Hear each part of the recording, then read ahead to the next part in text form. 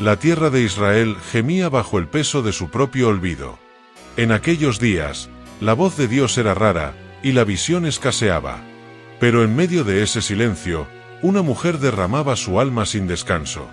Ana subía cada año con su esposo Elcana al tabernáculo en Silo, donde ofrecían sacrificios y adoración al Dios de sus padres. Pero aunque era amada, su corazón estaba marcado por una ausencia dolorosa. No tenía hijos. Frente a ella, Penina, su rival, se jactaba de su fertilidad, como un aguijón diario que abría una herida que no terminaba de cerrar. Una tarde, Ana no soportó más. Se separó de la multitud y con amargura de alma, oró a Dios. Su cuerpo temblaba, su rostro estaba bañado en lágrimas, pero sus labios apenas se movían. No pronunciaba palabra audible. Solo Dios y su alma podían oír aquel clamor. Si tú miras la aflicción de tu sierva, si me das un hijo, lo entregaré a ti todos los días de su vida, suplicó sin voz. El sacerdote Elí la observaba desde lejos. Al ver su agitación y que no salía palabra de su boca, pensó que estaba ebria. Se acercó a reprenderla, pero Ana, con la dignidad del que sufre en silencio, se defendió con humildad. No, señor mío.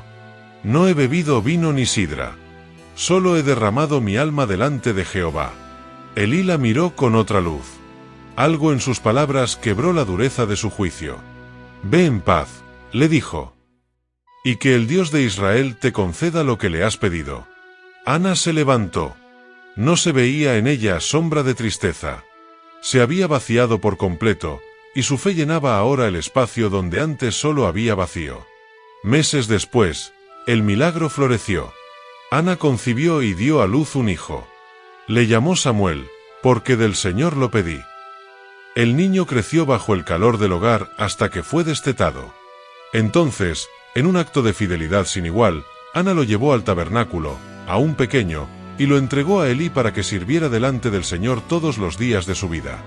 Por este niño oraba, dijo Ana, con los ojos fijos en el altar, y Jehová me lo concedió. Por eso yo lo dedico al Señor. No hubo lamento en su entrega, solo una fe firme y una certeza. Aquel niño no le pertenecía, sino al Dios que escucha el clamor de los justos. El niño Samuel crecía en el santuario de Silo, entre los rituales, el incienso y los ecos apagados de un pueblo que había olvidado escuchar. Cada día se levantaba antes del amanecer, barriendo el polvo del atrio, encendiendo la lámpara del candelero, observando con ojos atentos los movimientos del anciano Elí, su maestro y guía. Elí era un hombre de fe, pero su corazón cargaba con la culpa de años de pasividad. Sus hijos, Ofni y Faíns, sacerdotes del tabernáculo, profanaban el altar con codicia y pecado. Tomaban por la fuerza lo que era santo, despreciaban las ofrendas, y corrompían a mujeres a las puertas del templo. Y Elí, aunque sabía, no los detuvo con firmeza. Israel entero lo murmuraba, pero el cielo lo observaba en silencio. Todavía. Samuel, en su inocencia, no entendía la gravedad de todo lo que lo rodeaba. Pero algo en su interior lo mantenía puro. Su corazón se inclinaba naturalmente hacia la obediencia. No porque le fuera impuesta, sino porque amaba al Dios que aún no conocía con plenitud. Y por eso, mientras la nación se enfriaba, el joven crecía delante de Jehová. Su madre no lo había abandonado. Cada año subía a verlo, trayéndole una túnica nueva, hecha con sus propias manos. La tela tejida con cuidado, nudo a nudo, era más que una prenda. Era un lazo invisible que recordaba a Samuel que él era respuesta viva a una promesa eterna. Los días pasaban y la voz de Dios seguía siendo escasa. No había visiones, no había profecía. La lámpara de Israel parecía extinguirse lentamente. Pero en medio de esa oscuridad, algo estaba gestándose en secreto. Una noche, mientras Elí dormía y el templo permanecía en silencio, Samuel se acostó junto al arca de Dios, como tantas otras veces. Afuera, el viento susurraba entre los pliegues de la cortina del tabernáculo. Dentro, el aceite de la lámpara sagrada ardía con una llama débil, pero constante. Y entonces, una voz lo llamó. Samuel. El muchacho se incorporó de inmediato y corrió hacia el cuarto de Elí. Aquí estoy. ¿Me llamaste? No te he llamado, hijo. Vuelve y acuéstate, respondió el anciano, con voz apagada. Samuel obedeció. Pero la voz volvió. Samuel. Nuevamente se levantó, nuevamente fue donde Elí, y nuevamente recibió la misma respuesta. Solo hasta la tercera vez, Elí comprendió. Su espíritu envejecido reconoció lo que su oído ya no percibía con claridad. El Eterno había regresado a hablar. Si te vuelve a llamar, le dijo Elí con gravedad, responde, habla, que tu siervo escucha. Samuel regresó a su lecho con el corazón palpitando.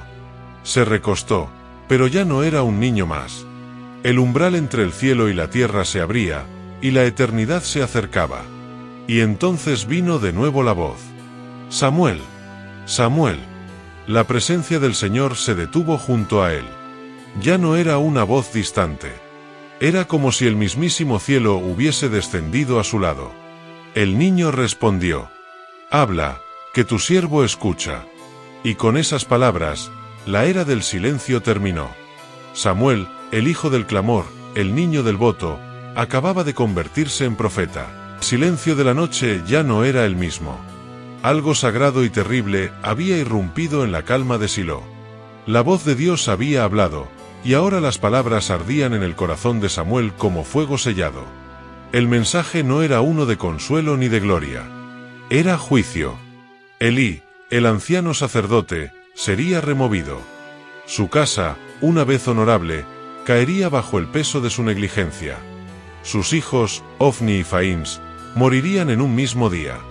El pecado que habían arrastrado hasta el altar ya no sería ignorado. Samuel no durmió más esa noche. Permaneció acostado, inmóvil, con la mirada fija en la oscuridad. ¿Cómo podía un niño sostener semejante verdad? Había escuchado al Dios viviente. Y lo que él dijo, era irrevocable. Al amanecer, Samuel se levantó como de costumbre, abrió las puertas del santuario y realizó sus tareas sin pronunciar palabra. Pero Elí lo observaba con ojos sabios. Sabía que algo había ocurrido. Había oído el murmullo de la eternidad, aunque no la voz. Samuel, hijo mío, lo llamó con voz suave. Aquí estoy, respondió el muchacho. ¿Qué fue lo que te dijo? No me lo ocultes. Que Dios te castigue si me escondes algo de lo que oíste. Samuel tragó saliva. Su pecho se apretó. Pero no podía retener lo que no le pertenecía. Con la voz temblorosa, le contó todo. No ocultó nada. Ni la ruina de sus hijos, ni el fin de su casa. Elí cerró los ojos. Sus años pesaban más que nunca. Pero su respuesta fue serena. Él es el Señor. Haga lo que bien le parezca. Y así, el anciano aceptó el veredicto del cielo. Desde aquel día, la presencia de Dios no se apartó de Samuel. Su nombre comenzó a resonar entre los muros de Israel.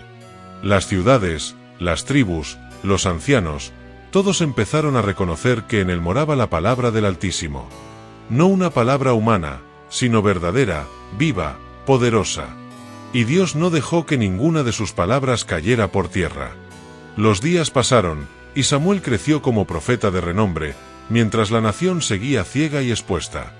El arca del pacto permanecía en Silo, y los pecados no juzgados seguían acumulándose como tormenta a punto de estallar. Entonces llegó el conflicto. Los filisteos se levantaron contra Israel y se libró una batalla feroz. En desesperación, el pueblo recurrió al arca de Dios como si fuera un talismán. Ofni y Faíns, los hijos corrompidos de Elí, la llevaron al frente de batalla, como si el poder divino pudiera forzarse. Pero Dios no se deja manipular. La derrota fue total. El ejército israelita fue deshecho, los hijos de Elí murieron como había sido anunciado, y lo impensable ocurrió, el arca fue capturada por los filisteos. En Silo, un mensajero llegó jadeando, con las ropas rasgadas y el rostro cubierto de polvo. Informó lo ocurrido. Elí, ya casi ciego, se estremeció al oír que el arca había sido tomada. Cayó de espaldas desde su silla, se golpeó la cabeza, y murió. Así terminó la casa de Elí. No con gloria ni con consuelo, sino con juicio. Pero entre los escombros de ese día trágico, una luz comenzaba a elevarse. Samuel, el hijo del clamor, se estaba levantando como juez sobre Israel. Y ahora, todo cambiaría. La noticia se propagó como fuego por los campos de Efraín y las colinas de Judá. El arca del pacto había sido tomada. El corazón de Israel se quebró. Para muchos, la gloria de Dios había partido. El símbolo de su presencia, su pacto, su trono terrenal, estaba ahora en manos de los filisteos. Pero Dios no necesitaba ejército, ni sacerdote, ni espada para defender su santidad. Cuando el arca fue llevada a Asdod y colocada en el templo del ídolo Dagón, algo sobrenatural ocurrió. A la mañana siguiente, la estatua del dios filisteo yacía postrada rostro en tierra delante del arca. La levantaron, confundidos. Pero al día siguiente, la encontraron caída nuevamente, con la cabeza y las manos rotas. Solo el tronco quedaba. Entonces comenzaron las plagas. Tumores, muerte, desesperación. El juicio cayó sobre los enemigos del Dios viviente, sin que Israel levantara una lanza. Durante 7 meses, el arca fue movida de ciudad en ciudad entre los filisteos, y en cada lugar el juicio se repetía. Hasta que, vencidos por el temor, decidieron devolverla. La cargaron en una carreta nueva, arrastrada por vacas sin yugo, y la enviaron de regreso a Israel. El pueblo la recibió con júbilo, pero también con temor. Muchos se acercaron con irreverencia, y la muerte volvió a caer. El arca fue enviada a Kiriath Jearim, donde permaneció bajo cuidado, apartada, casi olvidada por años. Aún no era tiempo de su restauración plena. Pero Dios no se había apartado. Solo estaba preparando a su siervo. En ese tiempo, Samuel empezó a ejercer su autoridad como juez de Israel. No era un rey. No era un guerrero. Pero hablaba en nombre del Altísimo, y el pueblo lo escuchaba. Con palabras firmes y compasivas, llamó a Israel al arrepentimiento. Si de todo corazón os volvéis al Señor, decía, quitad los dioses ajenos y preparad vuestros corazones para Él. Los israelitas, humillados, comenzaron a desechar sus ídolos y a volverse al único Dios verdadero.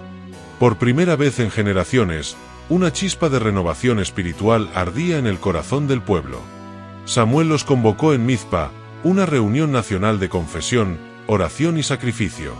Allí, mientras clamaban por perdón y renovaban el pacto, los filisteos se enteraron y vieron una oportunidad para atacar. El ejército enemigo avanzó. Israel, indefenso y desarmado, clamó a Samuel: «No ceses de clamar por nosotros al Señor». Y Samuel no dudó. Tomó un cordero, lo ofreció en sacrificio, y levantó su voz al cielo. En ese momento, un estruendo desgarró los cielos. Jehová tronó con gran estruendo sobre los filisteos, y los confundió. El enemigo huyó, derrotado sin que Israel los tocara. Dios había respondido. El corazón arrepentido había sido escuchado. Y Samuel, como testigo del poder divino, erigió una piedra en aquel lugar y la llamó Ebenezer, hasta aquí nos ayudó el Señor. Aquel día, Israel recuperó más que una victoria militar. Recuperó su esperanza, su identidad, y la guía de un hombre que hablaba por Dios. Samuel no buscaba trono ni gloria. Solo obedecía. Y por eso, su liderazgo era sólido, espiritual, imparable.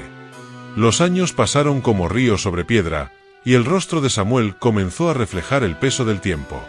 Sus cabellos se tornaron grises, y sus pasos, más pausados. Pero su voz no temblaba al hablar la palabra del Señor. Durante décadas, recorrió toda la nación, juzgando con justicia desde Betel hasta Gilgal, instruyendo al pueblo, y recordándoles los caminos del Dios viviente. Sin embargo, el corazón de Israel volvió a inclinarse lentamente hacia la autosuficiencia. La memoria de las victorias en Mizpa se desvanecía, y una inquietud crecía en el alma de la nación. Querían ser como los demás pueblos. Querían un rey. Samuel había nombrado a sus hijos como jueces en Beerseba, pero ellos no siguieron su ejemplo. Aceptaron sobornos, pervirtieron el derecho y mancharon el honor del juicio. Entonces, los ancianos de Israel se reunieron y fueron a Ramá a hablar con el profeta. «Tú ya eres viejo», le dijeron, «y tus hijos no andan en tus caminos. Establece ahora un rey que nos juzgue, como tienen todas las naciones». Las palabras golpearon el alma de Samuel como lanza afilada. Después de todo lo que el Señor había hecho por ellos, después de tanto milagro, tanto juicio, tanto perdón, ¿ahora querían reemplazar al Dios eterno con un hombre de carne y hueso? Dolido, Samuel llevó su queja a los pies del Señor. Pero la respuesta fue clara. No te han desechado a ti, sino a mí me han desechado, para que no reine sobre ellos. Y añadió, haz lo que piden, pero adviérteles solemnemente lo que hará un rey sobre ellos. Entonces Samuel convocó al pueblo y habló con voz fuerte. Este será el derecho del rey que reinará sobre vosotros. Tomará vuestros hijos para su ejército, vuestras hijas para servirle, los mejores campos, los frutos de vuestro trabajo, y seréis sus siervos. Y clamaréis por causa del rey que habéis escogido, pero el Señor no os oirá en aquel día.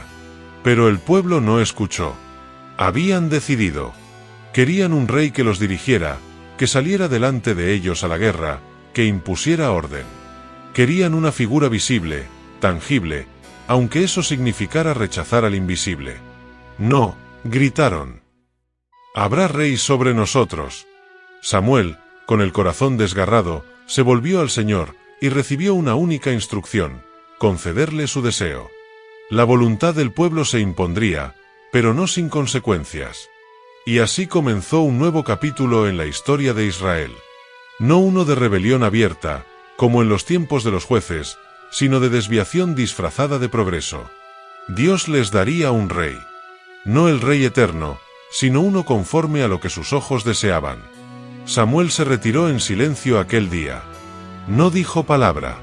Pero en su interior sabía que aunque seguía siendo profeta, ahora caminaba en una senda diferente, una en la que tendría que ungir al hombre que el pueblo había pedido, aunque no fuera el hombre que Dios había preparado. Y sin embargo, él obedecería. Porque Samuel no hablaba por sí mismo. Hablaba por aquel que nunca abandona, incluso cuando es rechazado. Había un hombre en la tribu de Benjamín, alto, fuerte, de rostro noble. Se llamaba Saúl, hijo de Cis. Su figura sobresalía por encima de todos los hombres de Israel. Sus hombros parecían hechos para la corona. Y sin embargo, cuando lo buscaban, no lo encontraban. Todo comenzó cuando Saúl fue enviado por su padre a buscar unas asnas perdidas. Vagó junto a un criado por los campos y colinas sin éxito. Cansado, pensó en volver a casa. Pero su criado le dijo: cerca de aquí vive un hombre de Dios, muy respetado. Todo lo que dice, se cumple. Consultémosle. Aquel hombre de Dios era Samuel. Y ya antes que Saúl llegara, el Señor había hablado al profeta. Mañana a esta hora, te enviaré un varón de la tierra de Benjamín. Úngelo como príncipe sobre mi pueblo. Samuel, al ver a Saúl por primera vez, sintió en su espíritu la confirmación. He aquí el varón de quien te hablé, le dijo Dios. Este gobernará a mi pueblo. Saúl, por su parte, no entendía la magnitud de lo que estaba ocurriendo. Al presentarse ante Samuel, buscaba simplemente consejo sobre las asnas perdidas. Pero el profeta le ofreció algo mucho mayor: honor, atención, y una cena en la posición más alta. ¿Lo que está reservado para Israel, no es también para ti y para toda la casa de tu padre?, le dijo Samuel. Al día siguiente, muy de mañana, Samuel tomó un frasco de aceite, lo vertió sobre la cabeza de Saúl, lo besó, y pronunció palabras que retumbaron como trompeta en el alma del joven. ¿No te ha ungido el Señor por príncipe sobre su heredad? Aquel momento selló un destino. Saúl fue transformado. El Espíritu de Dios vino sobre él con poder. Comenzó a profetizar, y la gente, asombrada, se preguntaba: ¿también Saúl entre los profetas? Pero aunque Dios lo había confirmado con señales, Saúl aún estaba dominado por la inseguridad. Cuando Samuel convocó a todo el pueblo para proclamar al nuevo rey, Saúl se escondió entre el equipaje. No se sentía digno. No se creía capaz. Tuvieron que sacarlo a la fuerza. Y cuando finalmente se alzó entre la multitud, todos vieron su estatura, su porte, su belleza, y gritaron: ¡Viva el rey! Pero Samuel, fiel a su llamado, no celebró. Les recordó con voz firme las condiciones del reino, los límites del poder humano, y la necesidad de obedecer a Dios por encima del trono. Luego escribió estas palabras en un libro y las depositó ante el Señor. Los días de Samuel como juez llegaban a su fin, pero su ministerio como profeta recién se fortalecía. Ahora caminaba junto a un rey, pero no sería su aliado ciego. Sería su conciencia, su frontera, su espada espiritual. Y en lo profundo de su alma, Samuel sabía una verdad que aún nadie imaginaba, que el esplendor de Saúl no bastaría para sostener el peso de la corona si su corazón se desviaba del Dios que lo había puesto allí. Porque el Señor no mira la apariencia, mira el corazón. Los primeros días del reinado de Saúl estuvieron marcados por victorias. Su liderazgo militar levantó la moral de Israel, y por un tiempo, pareció que la decisión del pueblo había sido acertada. Pero debajo del brillo de la corona, algo comenzaba a agrietarse. La fe de Saúl no era profunda. Se alimentaba de la urgencia, de la aprobación del pueblo, del miedo al fracaso. Y en la medida en que la presión crecía, su dependencia de Dios menguaba. Samuel, por su parte, seguía como voz del cielo. Aún no era tiempo de retirarse. Y con celo por la obediencia, observaba cada paso de Saúl con los ojos de un profeta, no de un cortesano. El momento de la prueba llegó en Gilgal. Los filisteos se habían reunido contra Israel con carros, soldados y armas de hierro. El pueblo de Saúl temblaba. Muchos desertaban, escondiéndose en cuevas y grietas. El rey, viendo su ejército disolverse, se impacientó. Samuel había dicho que llegaría en 7 días para ofrecer sacrificio al Señor, pero el 7º día estaba por terminar, y el profeta aún no aparecía. Movido por el miedo, Saúl tomó el lugar que no le correspondía. Preparó el holocausto, y lo ofreció. Apenas terminó, Samuel llegó. La mirada del profeta era de hielo y fuego. Se acercó a Saúl como un padre que contempla a un hijo rebelde. ¿Qué has hecho? Saúl se justificó. Habló del pueblo, del peligro, de la demora. Pero Samuel interrumpió con palabras que cayeron como juicio. Has hecho neciamente. No guardaste el mandamiento del Señor. Ahora tu reino no será duradero. El corazón de Dios ya buscaba a otro, uno conforme a su voluntad. Pero la caída no terminó allí. Años después, Samuel dio a Saúl una orden directa de parte del Señor: destruir por completo a Amalek, el enemigo que había atacado a Israel en el desierto. No dejar botín, ni animales, ni prisioneros. Era un juicio sagrado. Saúl marchó y venció. Pero desobedeció. Perdonó al rey Agag y lo mejor del ganado. Cuando Samuel llegó, lo recibió con palabras festivas. He cumplido la palabra del Señor. Pero el profeta lo miró fijamente y preguntó: ¿y qué es ese balido de ovejas que oigo?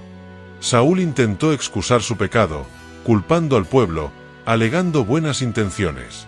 Entonces Samuel alzó la voz con firmeza profética. ¿Se complace el Señor tanto en holocaustos y víctimas, como en que se obedezca a su voz?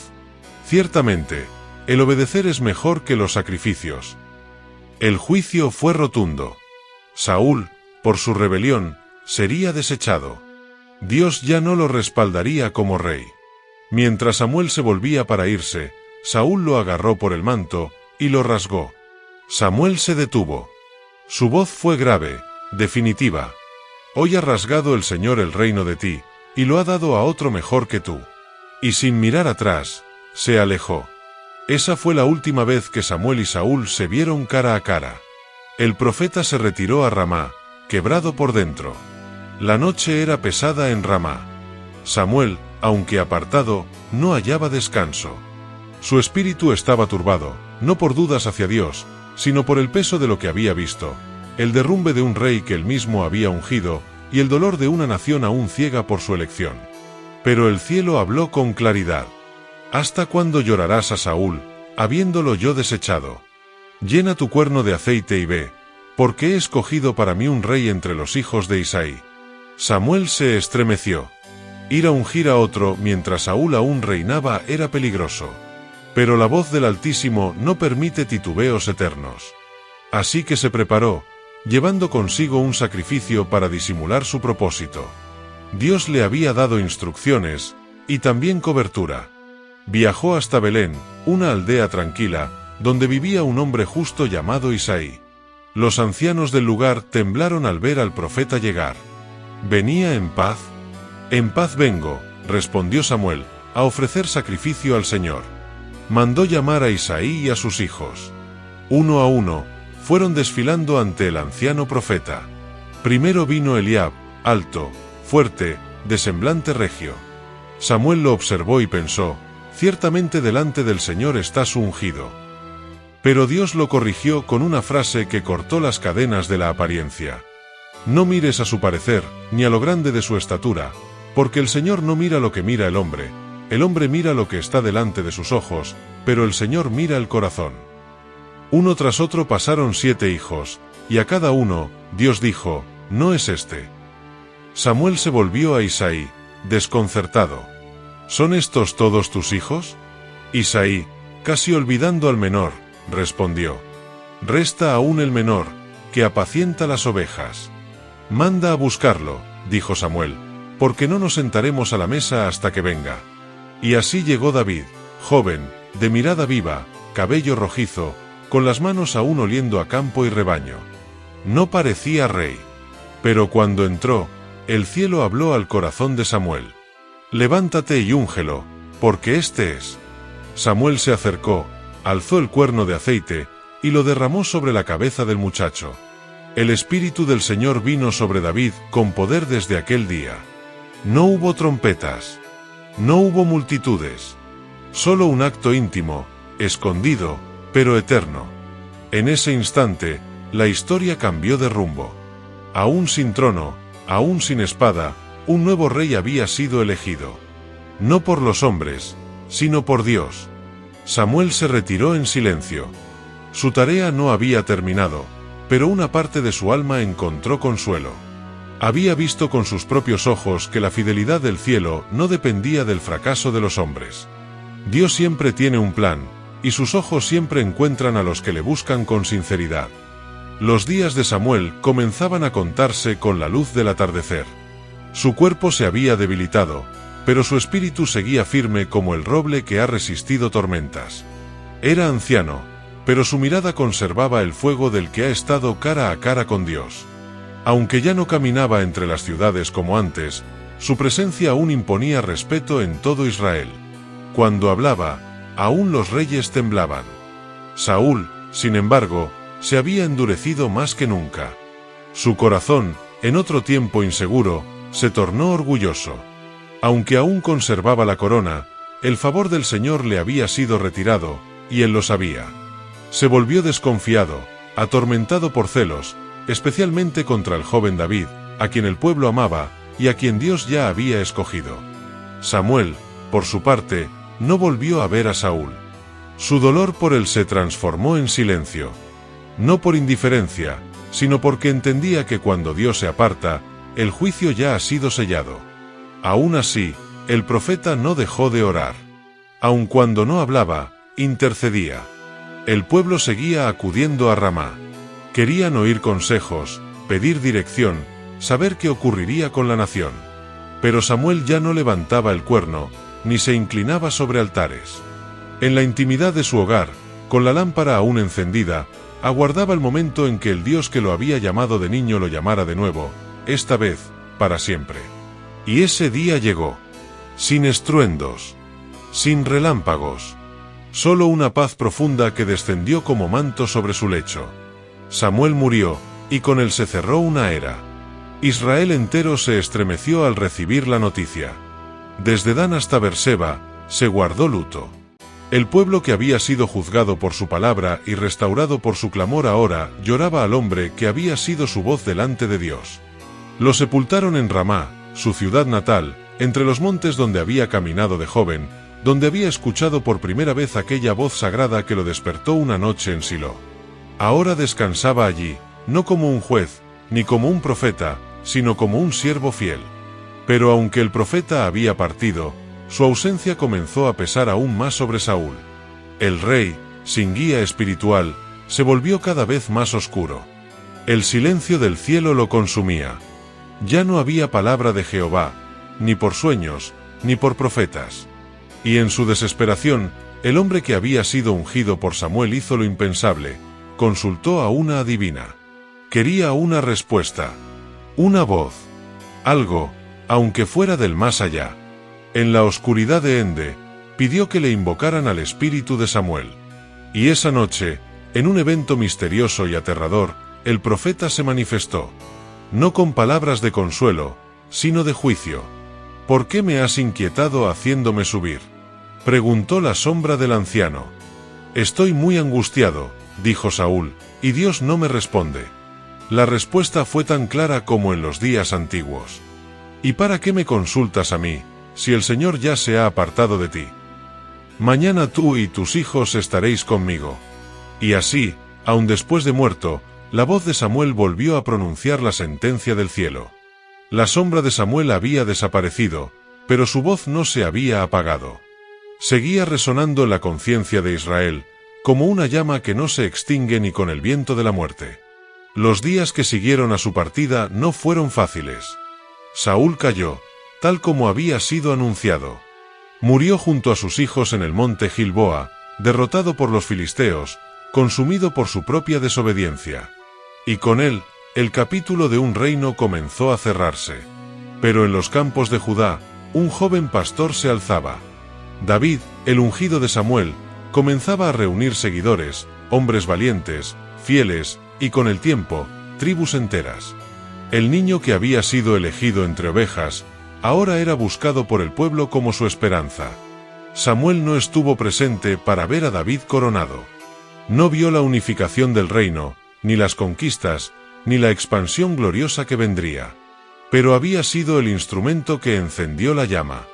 Su obediencia, su discernimiento, su fidelidad, lo convirtieron en el vínculo entre una nación extraviada y el plan eterno de Dios. Samuel fue más que un juez, más que un profeta. Fue el puente entre los días caóticos de los jueces y el nacimiento de la monarquía. El último de una era, y el primero de otra. En él confluyeron la pureza de un niño, la firmeza de un líder, y la voz profética del cielo. Nunca buscó trono ni gloria. Nunca se dejó comprar por el favor del pueblo. Su fuerza no estaba en su espada, sino en su oración. No lideraba por estrategia, sino por revelación. Era un hombre que escuchaba a Dios, y hablaba solo cuando el cielo hablaba primero. Su vida fue un testimonio de que el Señor no necesita multitud ni espectáculo para transformar una nación. Solo un corazón rendido. Una lámpara encendida. Una voz dispuesta. Los libros lo registraron. Los reyes lo recordaron. Los profetas lo veneraron. Y hasta el Nuevo Testamento lo menciona entre los grandes. Porque cuando Dios busca a alguien para marcar generaciones, no elige lo aparente, sino lo eterno. Samuel vivió fiel. Murió fiel. Y su nombre, pronunciado por el mismísimo Dios en aquella noche silenciosa de Silo, aún vive en la historia del cielo. Si esta historia edificó tu vida, te invito a suscribirte al canal, darle me gusta y compartir este vídeo con más personas. Que la palabra de Dios siga tocando corazones y edificando generaciones. Juntos, hagamos que su mensaje llegue cada vez más lejos.